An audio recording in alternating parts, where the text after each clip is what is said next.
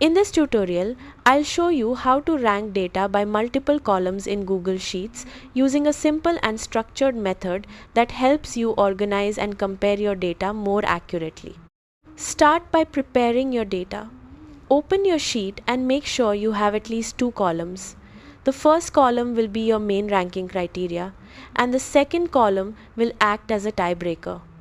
Next, create a new column for your primary rank. Click into the first cell of that column and enter a rank formula using your main data column. This will assign a rank based on the values in that column. Drag the formula down to apply it to all rows. Now every value in your first column will have a rank, but if there are duplicate values, they will share the same rank. To handle ties, move to another column and create a second formula. This time, combine the rank with a counting function that checks for duplicate values in the first column and compares the second column as a tiebreaker.